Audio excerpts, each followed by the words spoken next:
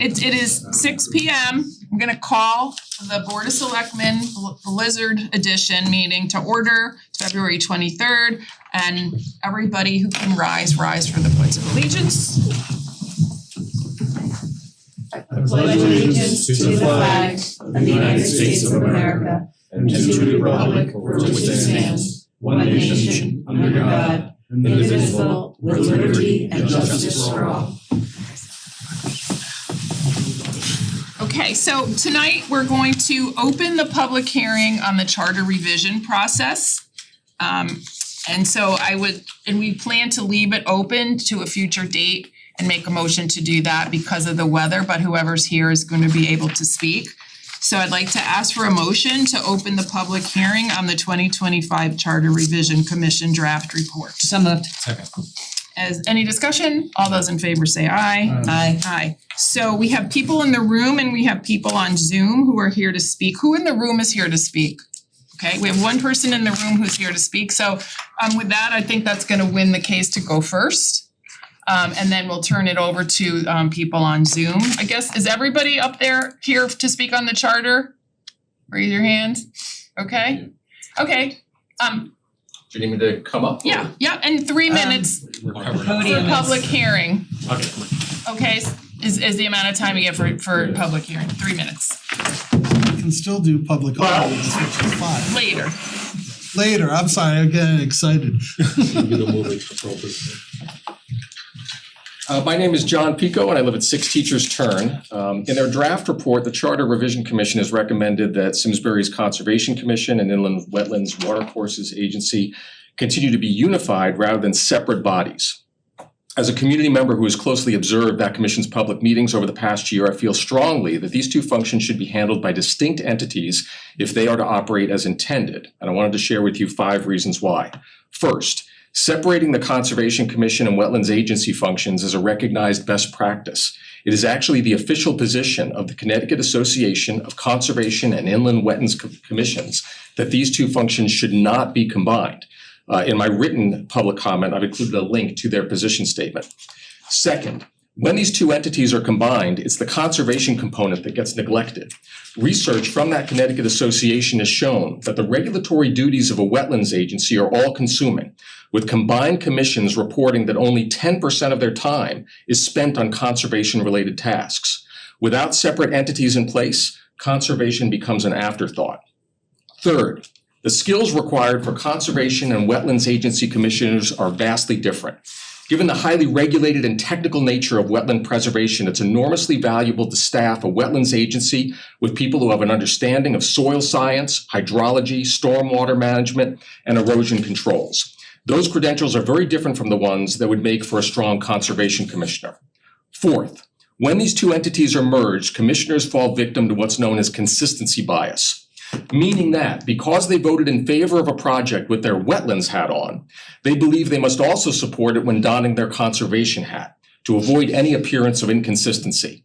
Separation of these two entities better accommodates situations where a proposed development project is legally permissible in terms of wetlands regulations, but still undesirable in terms of conservation objectives. Fifth, many of Simsbury's neighboring towns already utilize a 2-board structure to handle this. Towns that have recognized the value of separating these functions include Canton, Granby, Bloomfield, Torrington, Windsor, East Windsor, Barkhamsted, New Hartford, and Heartland. As selectmen, I know you want to preserve the character and charm of this town that we all cherish, from open spaces to scenic landscapes to iconic watercourses. Let's not sabotage that by streamlining government oversight in a way that trades efficacy for efficiency. Please request that the Charter Revision Commission update its recommendations to require separation of these two oversight bodies. Thank you. Thank you. Thank you. Here's people on. Okay. So we have a list of names of people that are online, so I'm just gonna call them out, I guess, because We'll unmute them. Diana took notes. The first name that I have here is Jay Sheehan. And 3 minutes. Hi, I'm Jay Sheehan. I'm fortunate to be sitting in Atlanta, so I'm not in the storm that you are all in. I live at 20 Saxbrook Drive. Been proud to call Simsbury home for 25 years. And as a resident, the owner of a small business owner of the coffee spot, an active member of the WPCA for more than a decade. I'm also an engineer and a backup drinking water operator for the Terriffill Fire District. Have supported the village for over 20 years. Professionally, I work as a national municipal consultant, helping local governments with infrastructure, governance, and community services. So I have a unique vantage point is what I'm trying to explain, is that I see what makes Simsbury special and some best practices for how we can thrive. And I could see some national trends too in all the other municipalities I work with their charters. And I think I have 4 ideas for how ours can be improved. So number one, moving to an odd number of select people. Nearly 94% of U.S. legislative bodies have an odd number membership to avoid ties, reduce gridlock, and ensure majority decision making. I know our charter requires 4 affirmative votes for many actions, and even with 6, that's a majority. But having an odd number really makes a difference because there's no one to break ties if it's 3 versus 3. So I think that's something you should really greatly consider, and it would really clean things up. Number 2, consider transitioning from a select board structure to a modern council form of government.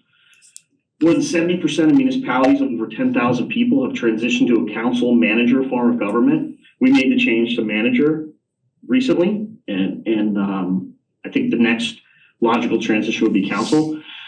The towns that do this see higher transparency, clearer role delineation, stronger long-term planning, and according to the International City Managers Association, it generates 18% higher resident trust scores when you have that council type government. So there's a lot of benefits to doing it, and it modernizes us. The select board model is really something that came from colonial times, and most communities are moving on from it. Number 3, there's some structural inconsistencies across the boards and commissions that I saw in the charter. There are, for example, Section 302C1 has 6-year terms for Board of Finance. That is greatly misaligned with, the rest of the boards throughout town. I don't know why that's the case. What we find when we standardize board structures, we get higher volunteer participation, improved transparency, and reduce administrative burden. So going to like 2 to 4 years, that would be more consistent with the municipal budget cycle. And, longer term reduces accountability, and it actually discourages participation. So lastly, the 4th thing is clarifying and modernizing economic and community development responsibilities. Again, as a small business owner of the coffee spot with my wife, the charter's delineation of responsibilities between Board of Selectmen, Planning and Zoning, Economic Development Commission, and Town Manager is diffuse and inconsistent. Yep, And time's why up. that matters for small businesses, it's confusion about who owns economic development. It slows permitting, it slows, changes zoning decisions. It hurts with grant pursuits and other business support programs. So the recommendation is to add clearer language saying Jay, who's got responsibility for business outreach, retention, coordination, and accountability for. yeah, thank you. Jay, I'm trying to close down because we're over time. So I don't know if you can hear me, but thank you. I think we got all your items. Thank you. Yep. Next name, Charmaine Seavey. Name and address, please. 3 minutes. Thanks. Can people hear us? Oh, there we are. I can hear you. I just was trying to unmute myself. I Okay. apologize. I'm Charmaine Seavey. I live at 18 Quarry Road in Simsbury. I've lived there for 40 years. I'm chair of the Economic Development Commission, which is presently redlined in the charter as far as being taken out. I've served in the field of economic development with Simsbury since being put on the task force many years, which Ron Jodas as well as Chris Barnett were on that task force. And then a few years later, I was put on the Economic Development Commission when Eric Wellman was the first selectman. And because of my involvement in tourism, I've served many years, about 10 years on the tourism committee. And tourism was also rolled into Economic Development Commission, just to give a little bit of a background. So I took over as chair April 2024. And Matt Arthur, who was new, was put on as vice chair. I should say put on, we were voted in. So just a little background of why I'm speaking is that the Economic Development Commission should not be the only commission that has been removed from the charter. When the slide was put up, it was said by Chris Barnett on the slide that one of their tasks was to do away with, get rid of dormant or inactive commissions, which I completely agree with it. We should get rid of dormant and inactive commissions. But Economic Development Commission has far been dormant, nor has it been inactive. We've been a very active group. In fact, we've come up with many ideas, but they were all shot down by the Board of Selectmen. I just wanted to read from Chapter 9, Economic Development Commission. The Board of Selectmen will provide directions and goals to the Commission on an annual basis on or before the 30th day of November each year. This did not happen in 2024, and it did not happen in 2025. So we're very much pro-direction, but we're not getting the direction, and now we're being taken out of the charter. If we're taken out of the charter, the Economic Development Commission is at the whims of whatever Board of Selectmen get elected, whatever political party they are. We won't be a cohesive group any longer. And we have a group of professional people that are willing to serve at no charge, and we have been serving at no charge. We have in recent months, or I should say in 2025 going into 2026, we've taken the opinions and had people from various commissions speak, since it's Open Space Committee, Culture, Parks and Recreation, Planning Committee, the Sustainability Committee is speaking to us this week. We had a plan to speak with local businesses to find out how we can help individual 5 businesses seconds, in Charmaine. economic development, which was shot down also. Okay, So I'm just here to ask that the Ti- Economic Development Commission, for the benefit of the town of Simsbury, be left in the charter so that we can continue to work to grow the grand list, which has not been growing, help with vacancy rates and other things that can help the grand list grow so that taxes won't be Charmaine, thank increased. you. Time And is we're up. all a group willing to do this as professionals at no charge to the town. Is there, yeah, Charmaine, thank you. Thank you. Are It's people half hearing? duplex while she's talking, she can't hear you, that's why. Right. So they can't, that's all. Oh, okay, I can't, should I hold up a? No, that's fine, yeah, something like that, we could wave. A flashcard, okay, next. Thank you. Thank you, Charmaine. Next name is Joan. Please state your name and address. Joan, Joan, you have two, you're on twice. Just mute one of them if you don't mind. Mute one of your, yeah, mute one. Maybe Tom can. Joan, You have to, because you're on twice, you have to, the one that your camera is on, just like mute that computer and turn off the speaker. turn on. Not that, hey. Now You should unmute have the done other it one. like- No, she can't hear us. We can't hear her. You're muted. Who's joining now? Joan, could you unmute the one where you're on the camera? Weird. I'm asking to unmute, I don't know. Both are muted. They're both Oh, muted. Yeah, now. ask to unmute. She's halfway through it. Joan, hold on a second, Joan. Can we move to someone else and then? Yeah, well, that, she may just come I on. think she just unmuted. There you go, Joan, try now. Okay, now I have to go put it in. No, you're good. I don't think I'm on anymore. You're You on, are. you're on now, and your You 3 are. minutes, your 3 minutes are starting now. Okay, section 401 section should be revised. It appears that the commission is trying to define gender identity, removing first selected by using first, but maintaining the Board of Selectmen. There shall be a Board of Selectmen hereafter referred to as the Selectmen consisting of the first. Presently, the town has a professional town manager and paid employee of the town that is noted in the charter. The previous Charter Revision Commission was deadlocked on initiating a town manager. To get enough votes to have a town managed by the town manager, it was necessary to placate dissenters in using a bifurcated system. The town manager became the CEO of the town, eliminating many of the activities for a full-time paid employee in the position of first selectman. The town manager form of government has remained, but the charter reflects the bifurcated system with the first selectman named first. Section 404, the first section.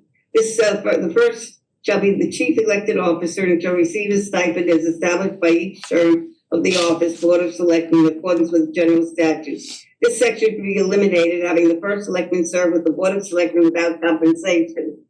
The charter should reflect the town manager council form of government and compensation for the town, with compensation for the town manager. The change in the charter would reflect an elimination of the bifurcated system with a member of the town council appointed to members of the town council without compensation.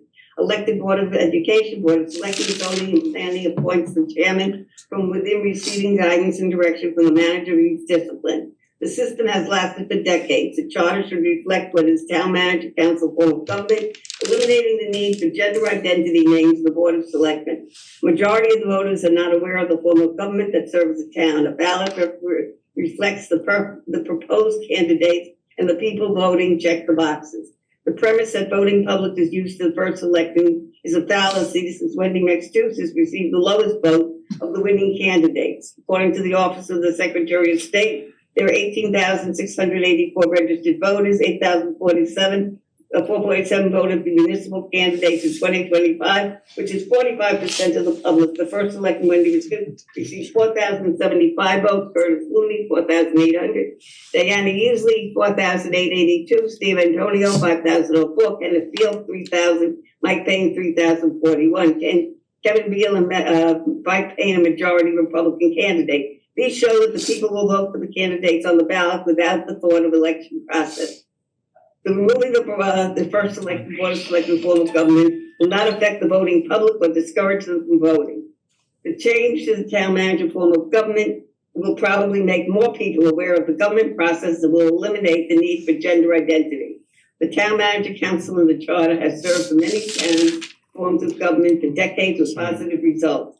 The charter revision commission should move forward to a continuation of Simsbury evolving from a first election to a town manager, town council government.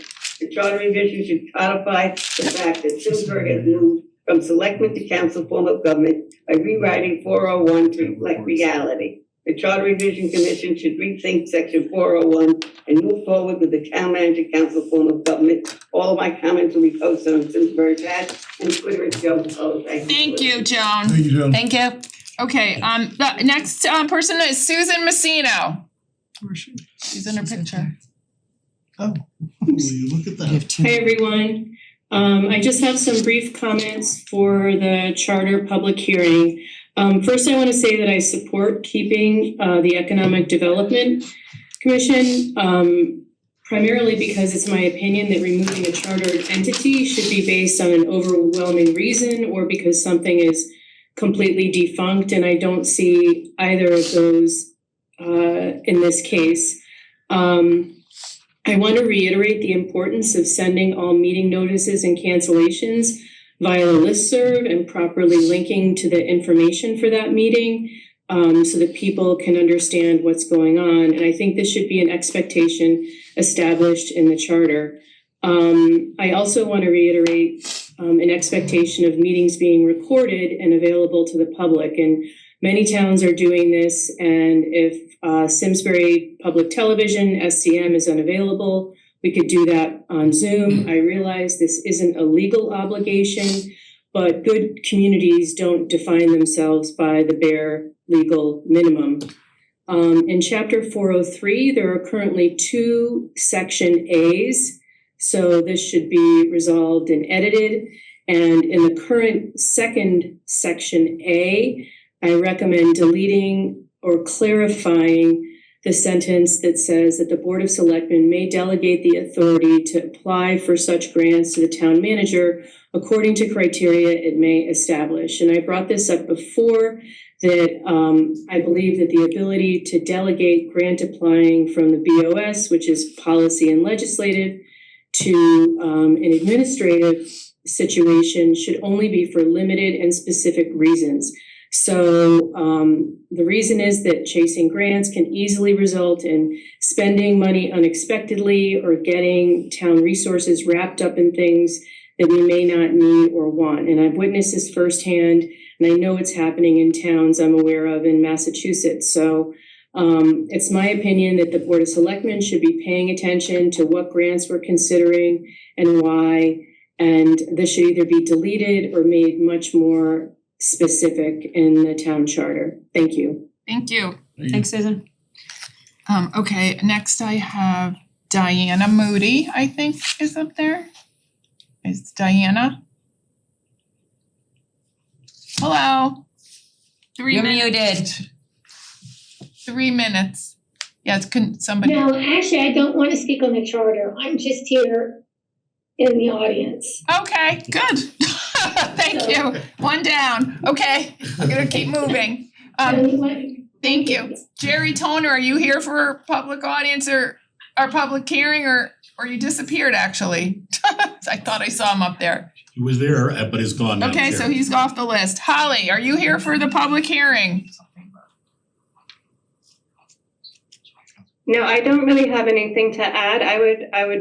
I guess I could just say that I do see value to our Economic Development Commission.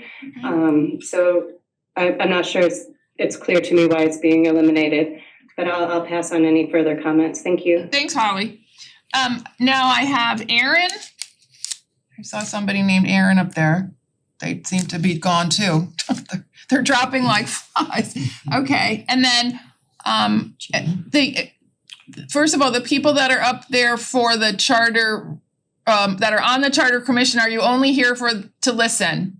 Yes? Nod your heads. Yes. Okay, so iPad Jane, I guess we need a real name there because I don't know who that is. It's pretty cool. iPad Jane, if you're just nod your no. If you're here to speak for the hearing, just say something. If not, we're going to move along. Okay.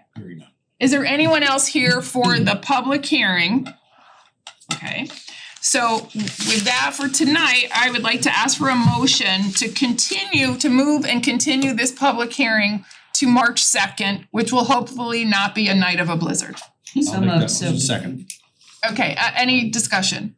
All those in favor say aye. Aye. Aye. And just to note, that will be part of we'll be discussing our budget, hopefully plenty of time to get everything done that night. So now we're going to move to public audience. And before we start public audience, I do want to share something with the public.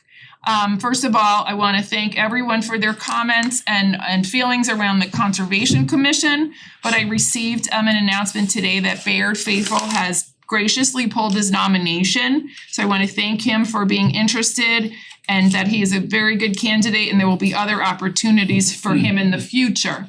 So we received a lot of comments, but we will be hopefully, if I get approval of the board later, moving this to the consent agenda and then renominating the current membership. With that, I hope everybody heard me. I'm going to open the public audience and need to know who is here for public audience. Oh, okay. I'm gonna let Gary go because Gary's here in person. Gary has 5 minutes. 5. All right? I gotta fix my timer. Sorry. My timer's not working very well. I got it. Okay. Do I unmute? Yeah, unmute. All right, I'm Gary Wilcox. I live at 19 Oakwood Road. I'm speaking to you this evening from my elected position as president of the Simsbury Fire District. And I'm talking to you on the subject of the appointment of James Trafficante as our emergency management director. And Jim came to us about 10 years ago. He has served 10 years on our fire department. And he also comes to us with 38 years of military experience. And my gosh, what a resume on that. He has 38 years in the service. He has nine deployments for a total of 2 years, over 1,000 combat flying hours with that. And he is uniquely qualified for our asking to promote him from the position of assistant emergency management director to the emergency management director. As we know, Mike Berry is stepping down as of March 1st, and we're really delighted to be able to have Jim in an assistant position and one that we went to Mark and asked him to look into the possibility of his appointment as as director. So with that, like I say, you know, there isn't anyone that we can imagine that would have the amount of experience. And Jim, at his final time when he was in the service, he went back and got his bachelor's in emergency management. So he actually has a degree in emergency management, and he's done very well as our assistant. And we look forward to his appointment. Thank you. Thank you, Gary. Thanks, Gary. Thanks, Gary. Anybody else here for, okay, Dave? Well, I'm gonna do the people here first. We're on the same page. And you're doing the time and thank you. Good evening. Good evening. My name is David Bush. I live at 4 Catherine Lane. I'm the chairman of the Cultural Parks and Rec Commission, and here to speak tonight really in that role. You have on your agenda this evening the contract approval for the restaurant at Simsbury Farms. This approval of this contract has been delayed, and it is critical that this contract is reviewed and approved tonight. You charge us at Park and Rec to run a profitable and successful golf course. Do not tie our hands and our ability to do that by delaying a routine matter as the approval of a restaurateur's contract. If you had concerns earlier on, please bring them immediately to our attention. We are an open board about how we went through the interview process, the information we requested in the RFP. And we don't hear till much, much later that there are some concerns that required this to be delayed. That's not the way this should be run. This should be run so that a new vendor has adequate time to not only bring their business in, but to get set up, to get to know the personnel around the business. I know that you have tonight input from the president of the Men's Golf League indicating that they literally have 6 weeks to their first tournament. That Men's Golf League supports this course in every possible way, through golf, carts, range, and the restaurant. So please just take in mind that we're here to work together to do the best we can, but please, let's get this contract approved so our new vendor can get her business started. Thank you. Thanks, Dave. Okay, on Zoom, I think we only have one public audience, which is Joan. So, Joan, kick it off. You need to unmute Joan. You're muted, Joan. Mute. There you go. Okay, can you hear me now? Yep. Yes, go ahead. Okay, thank you. Joan Coe, the Board of Selectmen meeting February 18th, 2026 was convened to have a presentation of the Charter Revision draft report and the presentation of the town manager's recommended budget for the fiscal year 26-27 in the public's interest. At the beginning of the meeting, First Selectman Wendy Metsousis stated, quote, "No public audience tonight because we have a lot of business to attend to," end quote. First Selectman Wendy Metsousis does not have the legal authority to remove public audience tonight, has no legal authority to remove public audience from the agenda, as it is in direct conflict with the negotiated settlement that is pinned to the wall in the main meeting room, stating all Board of Selectmen meetings have public audience. As an elected official, First Selectman Wendy Metsousis does not have the legal authority to ignore the rule of law. First Selectman Wendy Metsousis was elected by the people in a partnership to conduct business in the public interest. This is not a democracy, but a dictatorship ruled by First Selectman Wendy Metsousis. First Selectman Wendy Metsousis is concerned that the charter will remain with elected officials on the board to serve a 2-year term. Connecticut law does not have a recall for elected officials. Therefore, the charter reflects a 2-year term for selectmen, including First Selectman, contrary to the proposal made by First Selectman Wendy Metsousis for a 4-year term. When the public determines that the elected official is not serving the people, they can vote them out of office. The grand list is only grown by 0.08%. Without any growth in the budget, should reflect a zero increase in budgets. Both boards should be required to reduce staff and increase efficiencies. Giving tax benefits with abatements and exceptions totaled in the thousands.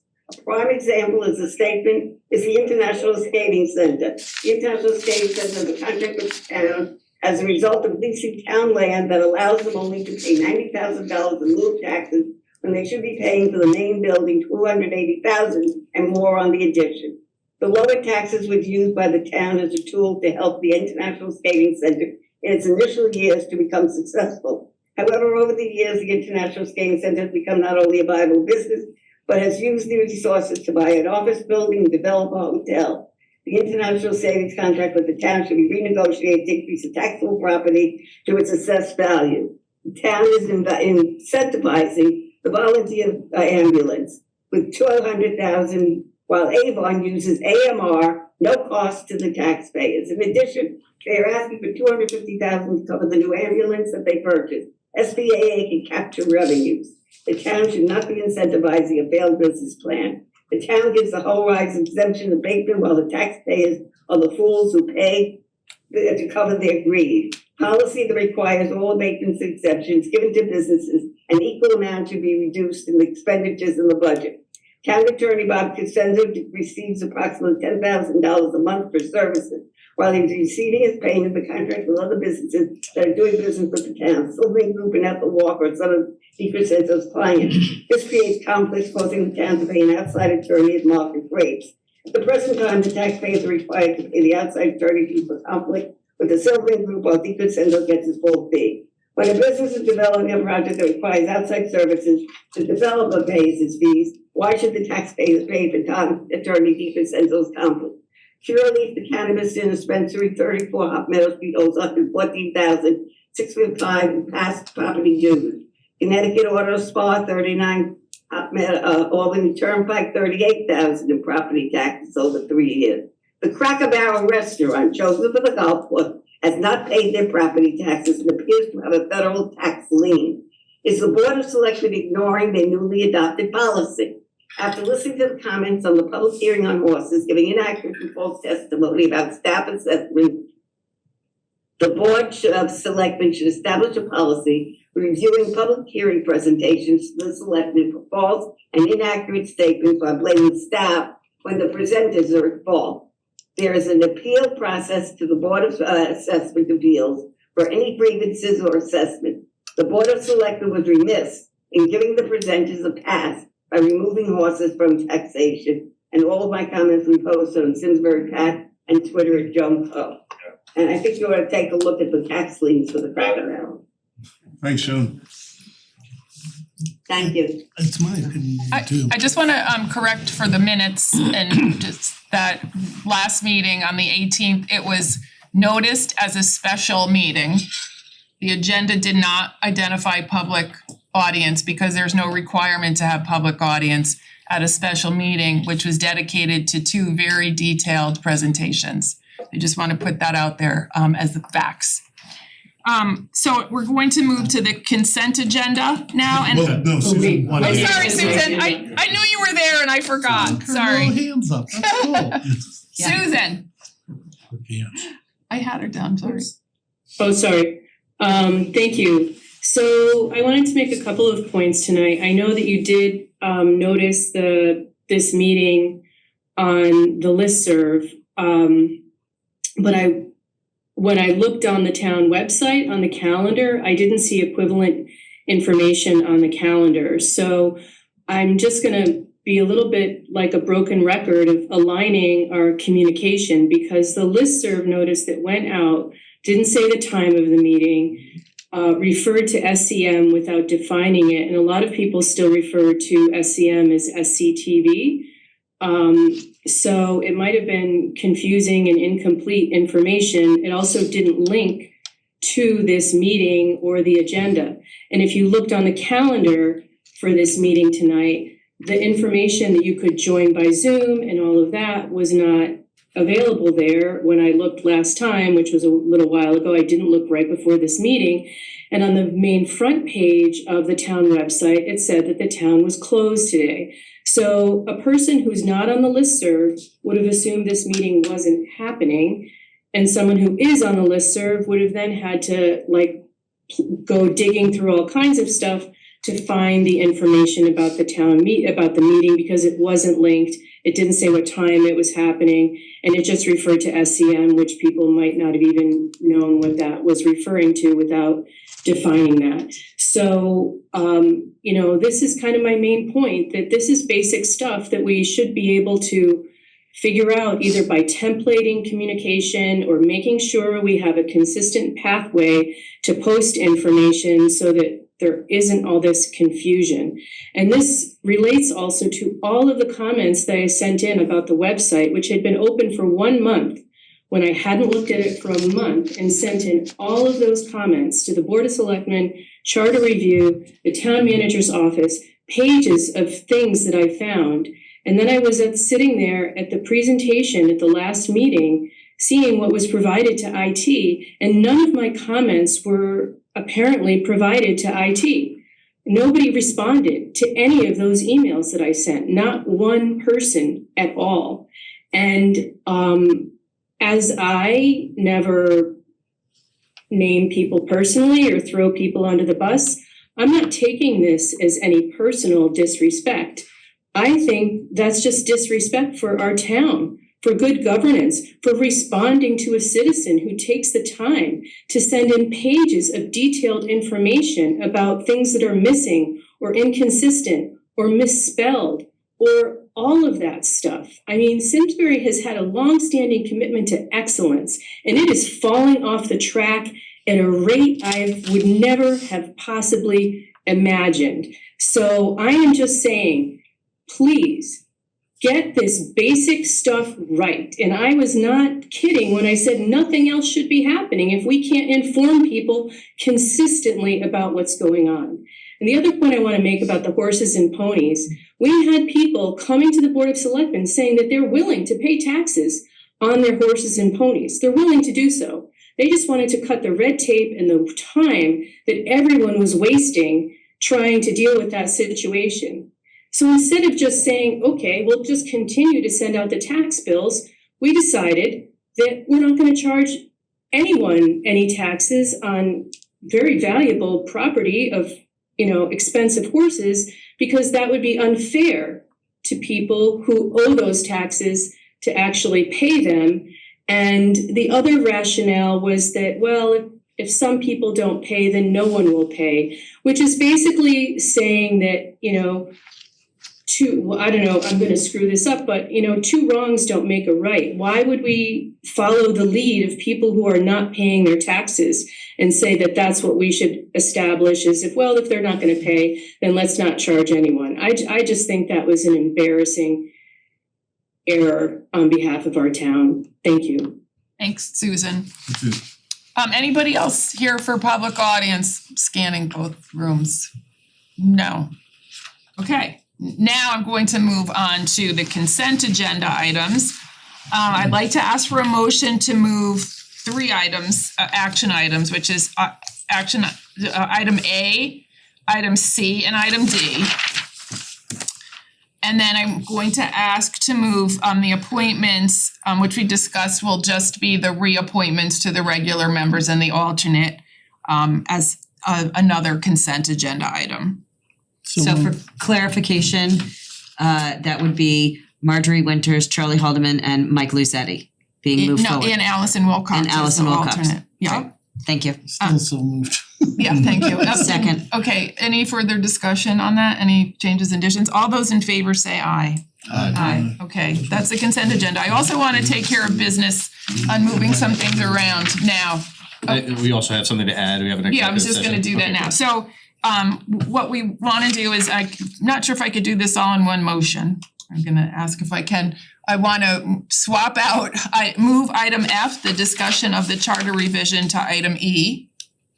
I wanna add an executive session for the basis of general statute section 1-206E, discussion of any matter which would result in the disclosure of public records or the information contained therein is described in subsection B of section 1-210, documents exempt from disclosure. And then move item E, which is execute the farms lease, to item F after the executive session. I'll make the motion. Can you repeat it? Okay. Yes, I can. Would you like me to? Second. I have a friendly amendment. Okay. I'm kidding. Oh, you had me there, Kevin. All those in favor say aye. Aye. Okay, got that worked out. So the next item, actually it's for Selectmen's report.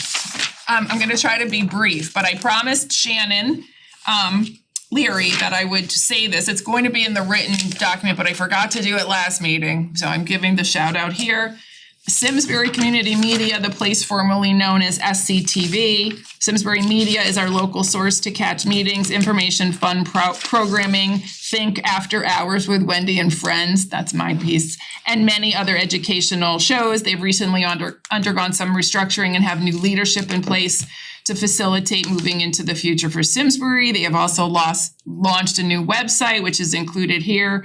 And Shannon's blurb is Simsbury's government meetings, town events, local sports are broadcast on SCM largely through their website. And in case you weren't aware, government meetings alone total about 200 hours of content. Check out the website for yourself to see the latest improvements to design, content, and everything Simsbury. So I checked that off the list that I did that, and I included the board of directors and the staff.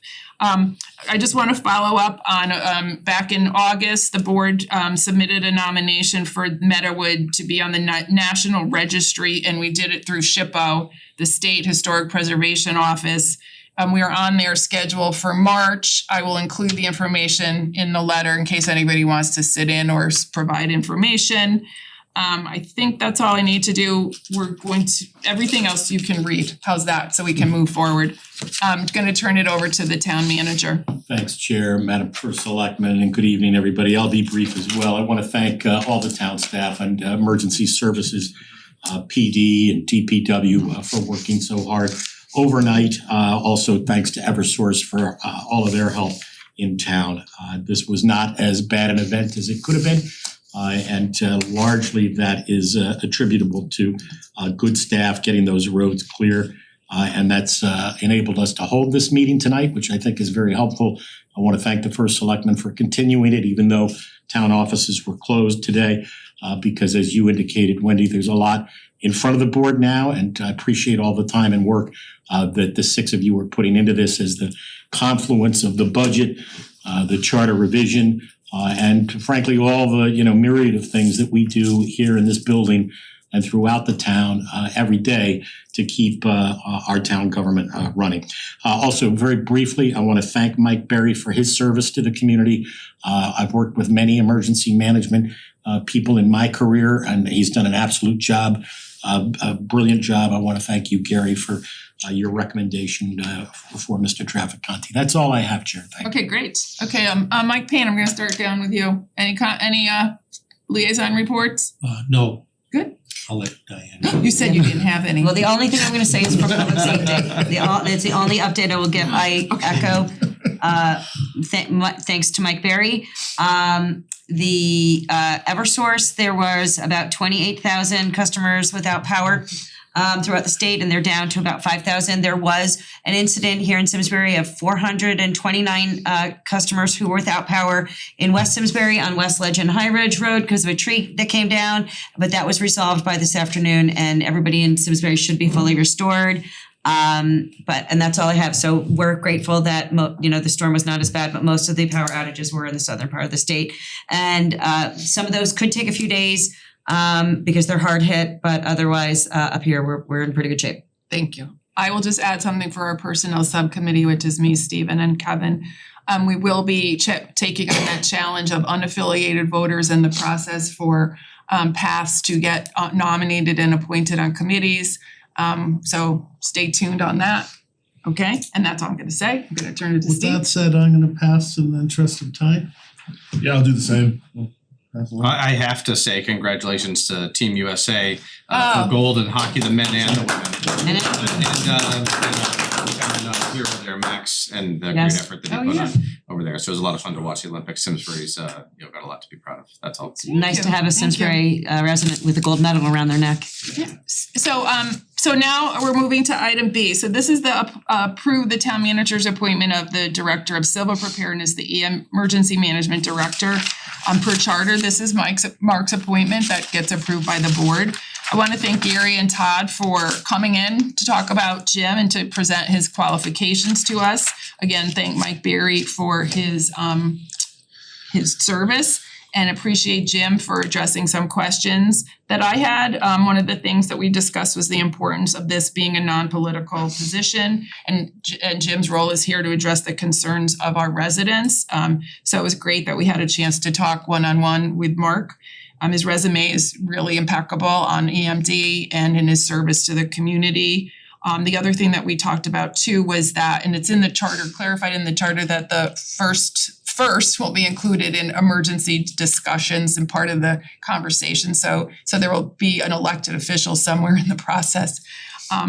With that, I wanna ask, right now, the appointment is to fill Mike Berry's 3 months, I believe it is.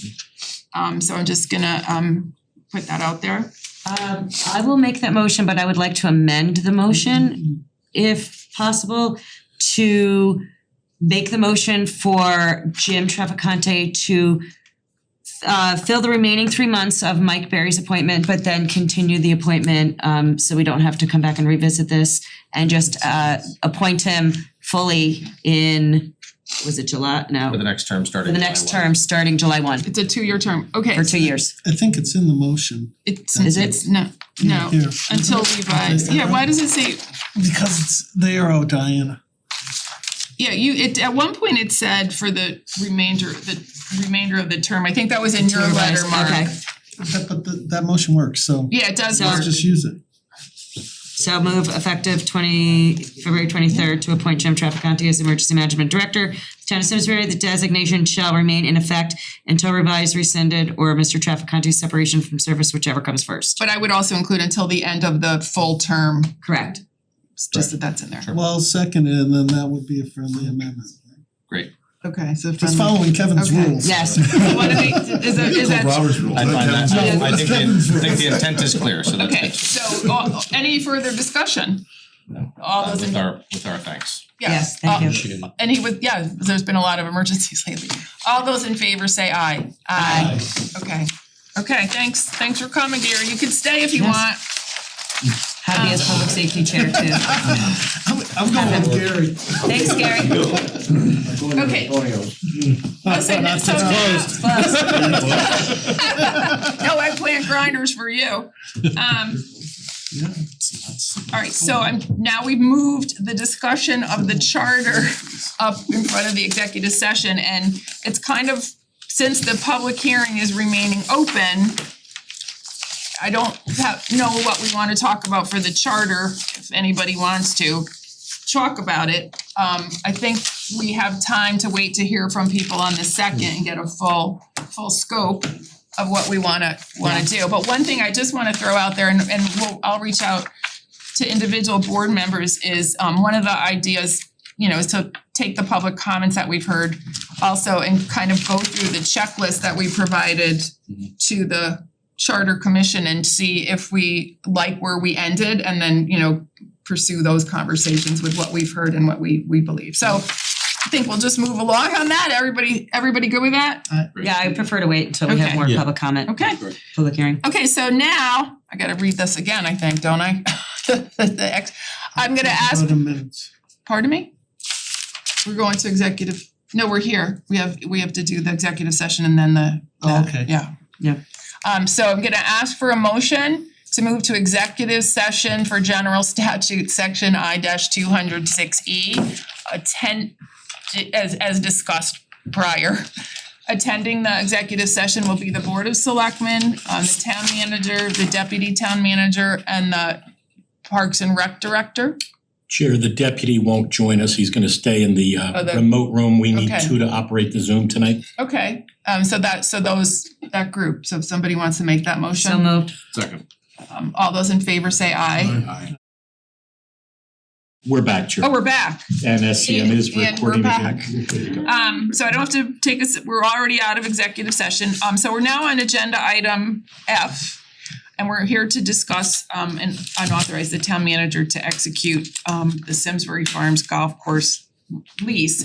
I do wanna just acknowledge that we tabled it at the last meeting, which is why we're bringing it back. And part of the reason that it was tabled was we asked our town manager if the financial due diligence had been done. And he suggested he needed a little bit more time to get that done and asked us to table it, which we did. So I'm asking Mark, has that been done and are you comfortable with that? It has, Chair, and thank you to your colleagues for tabling it. It did take us a little time to get through this, and we appreciate that extra time. We're satisfied with the review. Okay, so really now we're just talking about the merits of the contract. If anybody has questions on the contract, I'm gonna open that up to anybody who wants to ask a question on the contract. You want me to start? Sure, Should go ahead, Stephen. Alright, number one, no, I'm just kidding. The first one is term, the 5-year option, is there a dollar amount expressed on the 5-year option, or is that to be negotiated at a future date? To be negotiated at a future date. Okay, that's fine with me. Not that that's fine with me, but yes. You agree, it's good, okay. 3A, leases shall provide during the term, blah, blah, blah. First tea time, it's sort of vague, a half hour before first tea time. Can we put in a time? Tea times vary throughout the year because of the sunrise and then frost delays and things like that. So what the first tea time is in April would be different than what the first tea time is in July, or late June, early July. Okay, and they're okay with that vagueness? Because it is an obligation, so. Are you speaking with me? Yeah, I am, honestly. Yes. Yeah, they're aware of it, and it's at the discretion. And you'll know too, when you're making your tea times, what the tea times are for that period of time. We will know, the golfers. Yeah. Okay. I don't play that early, but For consistency in language, you have stipulated from at least 9 AM to 1/2 hour past sunset. Should we also be inserting or at a minimum 9 PM or something like that? Just, it's weird the way it's not a balanced seesaw. If you're gonna have a variable acknowledged on the beginning of the day, traditionally you have one at the end of the day, unless I'm not aware of something. So, well, I mean, at the same thing with the beginning of the day versus the end of the day, the last golfers go out at a certain time depending on when sunset's gonna be. In the fall, it's, we don't let anybody else on the court after 4 o'clock, or on the course after 4 o'clock, for instance. 9 o'clock, we've always got golfers on the course, no matter what time of year it is, unless there's a major frost delay or weather delay or whatever. 9 AM. But the closing's very, I mean, we want them to be able to service, if somebody comes around say the last golfer goes off at 4:30, gets off the course at 6:37, we wanna give them some time to enjoy the restaurant, so they can stay open a little bit later. Typically, the only late closing time we have is on weekdays, no music after 9, weekends, no music after 10, because we do have neighbors. Okay. I'm okay with the hour. I mean, as a golfer, I think it meets the golfing community's This is needs. consistent That's with fine, the these last are contract. not made to be impedance. No, I know, I'm just asking, just clarifying from my perspective too. Okay, go ahead. Item number 5A, actually, in the concept of snow removal, there's no specificity or acknowledgement of such. What happens if we close for snow? You know what I mean? If the town closes, like we'd have, like today, or Yeah, honestly, the facility would close for that day. that's not acknowledged anywhere in here, but it's so noted. But so like I said, I'm looking at this from the town's side and just making sure. I'm not clear exactly what you mean by snow removal. Well, They wouldn't pay for snow removal, we would do this, the town would clear the snow removal. That's what we do at Simsbury Farms now. So the term, so I'll just, Which say number where are you I'm on, going. Steve? He said 5A. 5A. Well, we're alluding to 5A, but I'm going back to term. The lease payments are made monthly for an annual lease. But if they wanna open up on January 30th, the way I read this lease, we are obligated to plow the parking lot and have access and safety for them. We've done that for our past vendors who have held holiday parties or baby showers, things So like that. shouldn't that be stipulated instead of an open-ended annual lease? Because at a certain point, it's not in our, as when I say our, the town's best interest to plow that parking lot, salt that parking lot, take the liability for the parking lot. If it's gonna be stipulated as part of the agreement, fine, for the Christmas parties, I get it, that's a lot of money to be left on the table. But it should have that exclusion that as of January 1st, we're closed again. so that we do have some coverage. Again, I'm taking this from the town's perspective, so it's not exactly unbiased, it's biased towards the town's protection. So is that amenable, or is that something that may be wanted where it would be open in February? In my opinion, we should do our best to try to facilitate functions year round at this point. We haven't had very many the last 8 years. See, that's to me a problem, because there's no return. To get that operating safely, and the big capital word is safely, because of the capital word liability, that's a loss loser for us. To have to plow all that, salt all that, like today. There's no expediency clause either. When you have a sidewalk, you gotta have it plowed within 24 hours. I gotta assume that same level of burden would come under the town if they have the right to open. So I think, and again, it's up to the board, not me, that we should exclude the deep winter months of January 1st through March 1st. Well, are you saying exclude them or not pay the costs for them? Well, if you want to put in the lease that they would pay the costs. Well, that's what for I, anything that's the between dream. them. Well, wait a minute, the lot. Hold on. I would say like golf can open, it can be open in March. If we have great I said weather. March 1st, But, but I mean, you never it opened could be- before March 1st. It could be, it could happen with global warming, who knows, but it could be in February, you have We're a talking warm about day. 5 years. So We're You not also have talking. Can I just winter make- Yeah, golf. let Tom talk. Can I just make Hold a on, point about the snow removal? Let Tom, A couple of reasons we're gonna do snow removal up there regardless. Right. It may not be the highest priority as our streets. Our guys last night were plowing roads in Simsbury, not Simsbury Farms. However, we do plow the golf parking lot, one for emergency access to the building should an alarm go off, God forbid, we can get somebody up there to take care of it. Two, that's one of the busiest sledding areas in town, so that lot, while it's not the highest priority, we make it clear as soon as possible. No, the That last was storm they were that was at. going to be my point, is that I know people go and sledding, so I know it's plowed and salted. Yeah, we don't typically have 12 to 18 inches of snow all the No, time. you said sledding, I get sledding. I found a typo, Sure. 3C. I think it's a typo. It says on the third line, lessee or director of culture, Parks and Recreation. It's data, just so you know, not data. It doesn't have that word there, but thank you. Recreation Don't know. Department of their designee both agree, that should be an or. I'm on 3C, I'm not quite seeing what you're seeing here. Parks and Recreation Department of their designee. Of should be or. Or. Sorry, that was my little addition. Okay, let's keep going. With me? Well, I have a question, I can ask mine if you want. I don't care, I can get my whole list done. Let's let Steve go. Okay, go ahead, Steve. Seems bitter, Wendy. No, go ahead, Alright, so we have negotiated that $8,000 of the rent Yep. is to cover utilities. It's understood, we've done that in our past contracts, that we both the pro shop and the restaurant are on the same meters up there. We don't have separate meters, so we've always assumed the cost of all the utilities. It's just understood that may amount, probably is around $8,000 of the rent that would go toward that. Just on behalf of the town, again, I'm just gonna keep underscoring that needlessly, hopefully. Electricity has gone up over 10% in a year. There's no relief valve here. When you compound the 10% was 1 year, they're not gonna go up zero this year.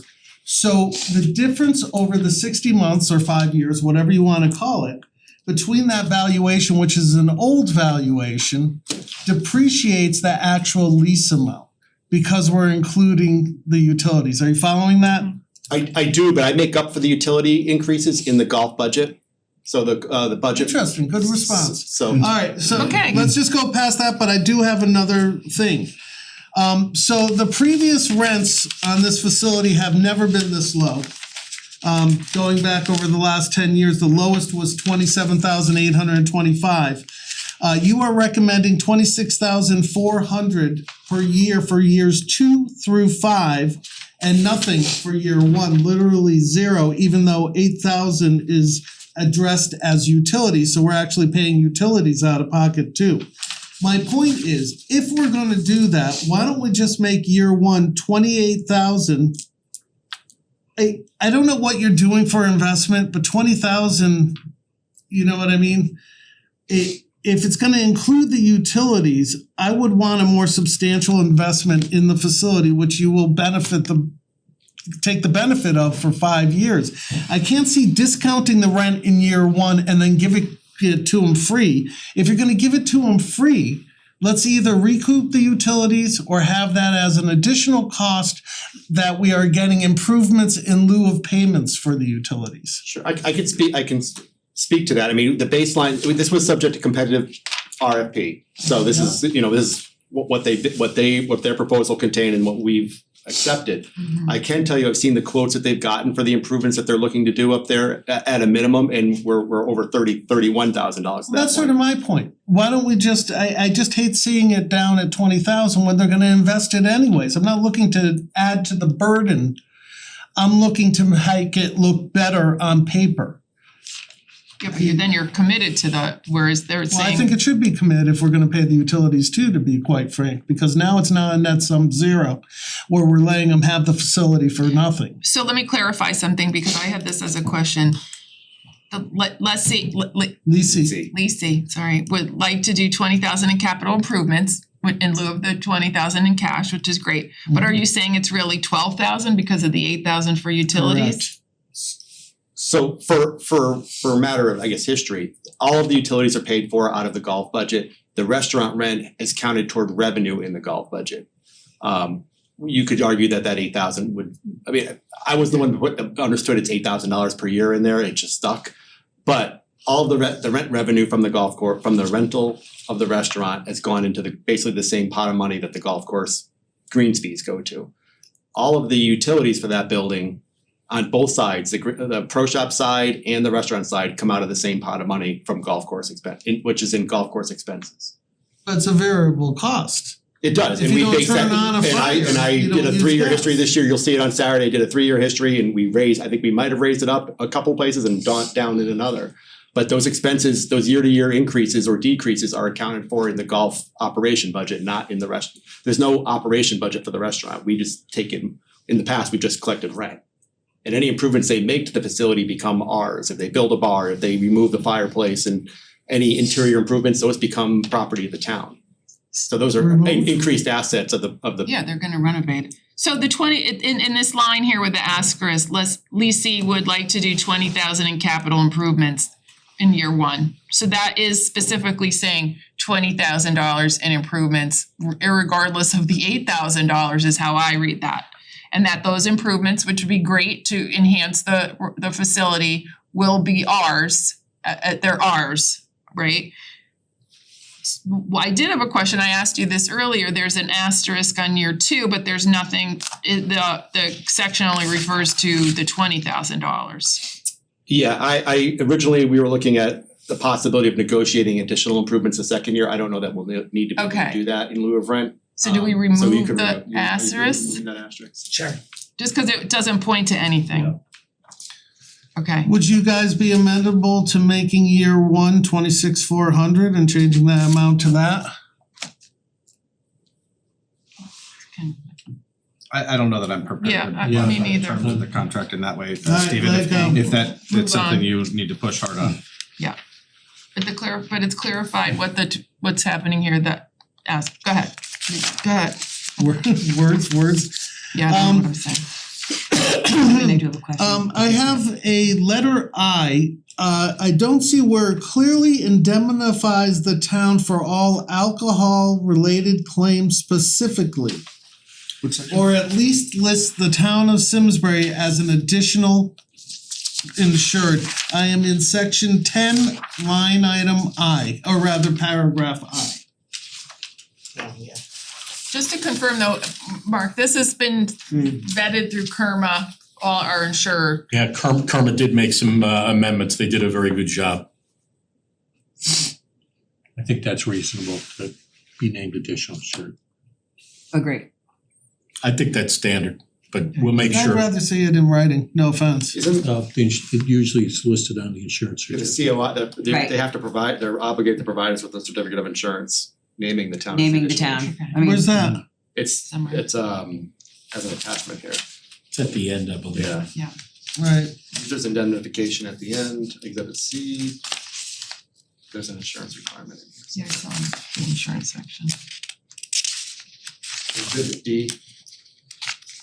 The town, exhibit D, item G, the town should be named as an additional Yes. insured on a primary and non-contributory basis for coverage outlined in all the ones above. Also in 19A. Okay, good, that's Okay, addressed. move on.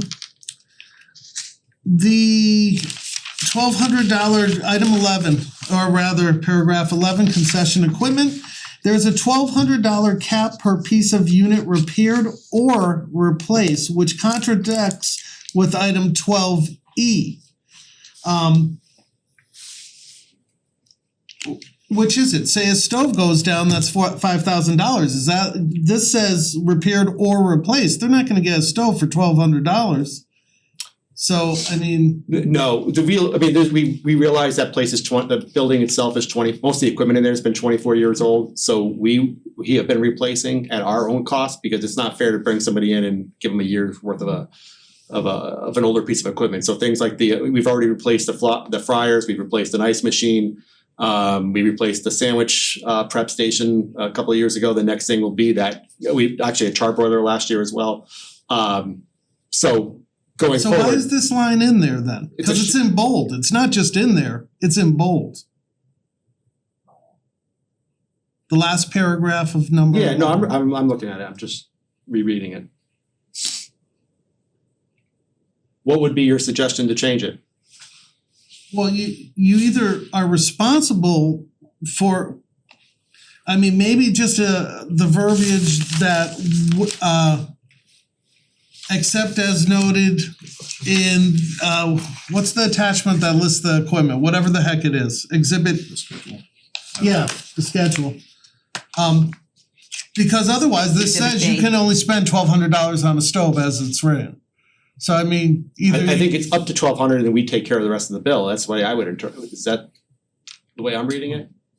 They're responsible for the first $1,200 of it, if something should go down, that say that's a new piece of equipment that for whatever reason breaks down, it's $1,200 to them, then the rest would be on ours. Unless we choose to replace it. And that's per item, correct?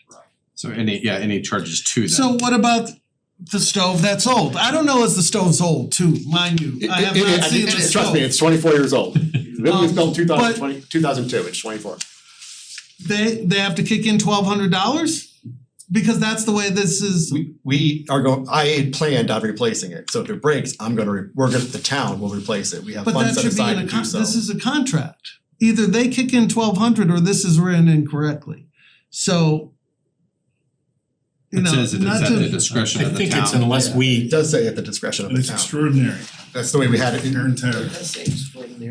And And also he's got Bob it, D did review this, correct? Correct. Okay, just adding Alright. at that level of clarity. 3 more to go. Shocker.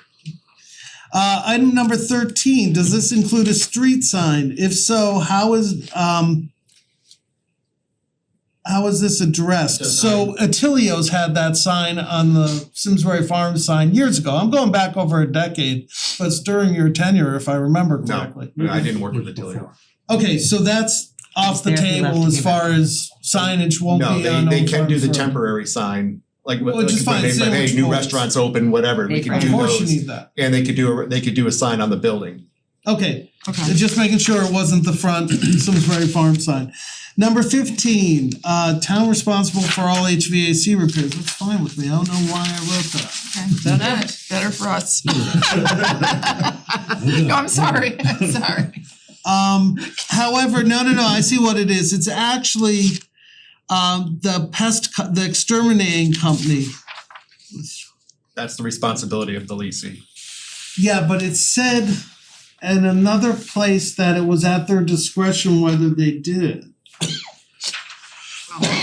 But it looks like 12F, is it 12F? Stephen, you're killing us over here.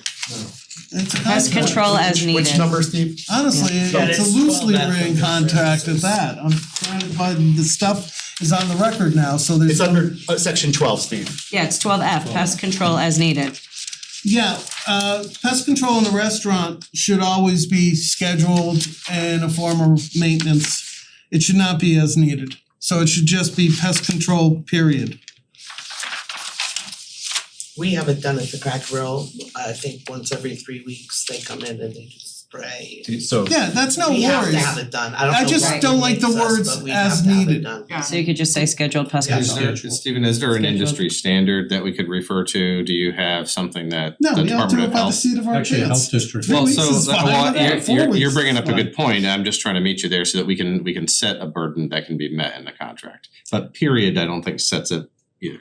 I think that takes it away, cause as Okay. needed is we can enforce their inability to monthly? perform. Traditionally, a lot of pest companies charge you monthly, Yeah. regardless of how often they come out. It's almost like a guaranteed service. Yeah. So if they come out and you find ants, they come So back. so at least monthly in coordination with the towns, if that's happy with you. Commission or health Yeah, the health permit? district. The health district. During the business hours, right? I mean, like some of the winter when Could they I- close. did you wanna say something, Tom? No, I think we'd be comfortable with if the board is comfortable changing instead of as needed pest control. Yeah, monthly is It's fine. monthly. Okay, Monthly, good. or as determined by the health district. Monthly's good. Yeah. Right, someone they should get it every month. Actually, I like that wording, as recommended by the. As recommended by the health district. Okay. Does that work for you, Stephen? And so Love it. pest No, I'd control- rather it be monthly. The health No, district it's monthly does not have but a- what if the health district determines it needs to be sooner than monthly? That's Leave it up to the health It's district. monthly, or is that the discretion of the health district? 'Cause Sure. they could say every 3 Fine, weeks. I don't care, We don't sure. care. So what's the agreed upon? Well, I was happy with monthly, Monthly. but I'm fine with monthly. okay. You had one more, you told me. I know, but it's, I don't see what's wrong with it. It looks totally fine. Okay, Hold move on, on. one more second. That's great. No title to the building. Applying to monthly, she's not open. Yes, it's year round. It is, alright. No, I don't see what and my time's up apparently. Alright. My one question, we're taking in money for renovations at Simsbury Farms.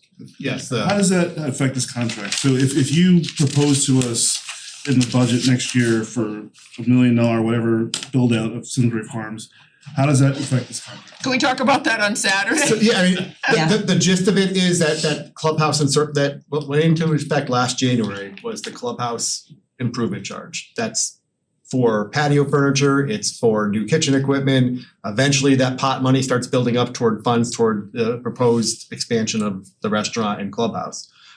In the short shade, this year, I think we're gonna discuss it on Saturday, it would be the shading of the patio, that kind of thing. Those are the infrastructure improvements we're making in the building before a major expansion would take place. But to answer your question, what that money's for, it's outdated restaurant equipment, outdated patio furniture, things like that. Would Building up towards- this lease increase? So if we said yes to your build out of Simsbury Farms. So yes. We have the option to increase this lease. That's why there's no money in year 5, because in the best case scenario, we've made these improvements. These guys are knocking it out of the park and doing a great job. The restaurants, it's a better place to be. We're attracting more crowds. There's more value to the place because now we've got an updated restaurant, we've got updated appliances, we've got a nicer patio, and we've got plans or close to building out the facility. That makes that whoever that operator is in a better financial position, I would think, to succeed. Okay. So my quick question is, I know you have planned improvements, which now look like they're going to exceed $20,000 potentially. Do you have a list or schedule of what those improvements are, and will we be documenting the list of improvements? I know they become assets of the town, but if I think just it doesn't need to be part of this contract, but I think as the improvements are made, if we can keep a schedule and a list of the improvements, to your credit, quite honestly, I think it would be great so we understand and know what the improvements are, and you obviously through per contract have RFPs and licensed contractors doing it. Yeah, so we're working with the family or with the leasee, the proposed leasee to identify those improvements so that we both agree. They can't do anything that we don't want. Okay. That we don't agree to, whether, we're trying to decide between a bar, or flooring, or the fireplace removal, whatever it may be, those have to be in agreement with us, otherwise they don't get done. Okay. Thank you. Any other questions? Why do you keep bringing up fireplace removal? If I can get you, when I get you in the building, you'll know why we're Yeah, talking about right, it's fireplace. beautiful. Okay, Apparently not. I'm going to make this motion. I'm gonna make, I'm We had gonna, only one amendment from what I heard, right? The And change that's on the the- pest control, and then the removal of the asterisk. the asterisk. And changing of The or, or. up to Okay, or, sorry. I was just gonna generalize the changes, but Got it. thanks for summarizing them. I'm trying to make sure I'm tracking so that I understood what we were gonna vote on. Cause you're gonna reread it, make sure that they're there, make sure you No do. problem. Okay, I'm gonna move effective February 23rd, 2026 to authorize town manager Mark Nelson to execute the lease agreement as modified and agreed to for the Simsbury Farms Golf Course Restaurant and Farms LLC. So moved. No, second. Oh, second. Okay, is there any more discussion? I'm glad you brought that, no. All those in favor say aye. Aye. I think, is there anybody opposed? The motion passes, so congratulations. Looking forward to Be it. careful what you wish for. I know, oh no, I know. Okay, Thank you so, for your patience in answering the questions. okay, I know we're not supposed to talk, but thank you to everybody. now let's talk about the conservation committee. Don't We mistake already our did that. passion for the lack of appreciation, because we do appreciate it. Okay, so you guys, okay, I'd like to ask for a motion to approve the February 9th. You won't be disappointed. Tom, I'll follow I'm up gonna ask with for you both tomorrow. meetings. I'd like to ask for a motion to approve the minutes, the special meeting on February 9th and the regular meeting on February 9th. So moved. What, is there any discussion? No? Second, is it All, second? all those in favor say aye. Aye. I almost forgot to You, say. Stephen seconded, Stephen seconded. Okay. like an auction, you I would like to ask a motion to adjourn. second. Who made the first? Did anybody see I that? raised my hand. Steve, you gotta verbalize it. Steve and Kevin. All those in favor say aye. Aye. Thank you to everyone Thank you. online.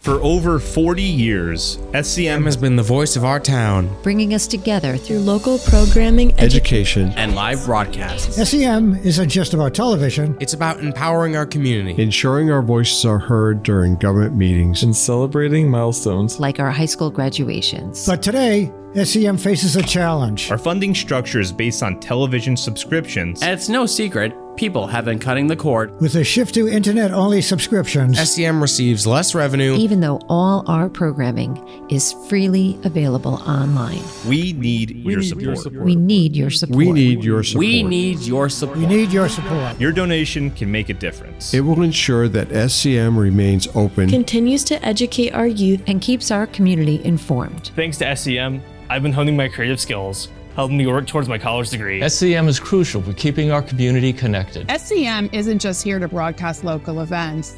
They're actually preserving Simsbury's history. Join us in preserving Simsbury's voice. Simsbury's voice. Together we can ensure that SCM continues to thrive for generations to come. Visit our website or scan the QR code on your screen to make your donation. Every contribution counts. Thank you for supporting Simsbury Community Media, where your town, your schools, and your government come together.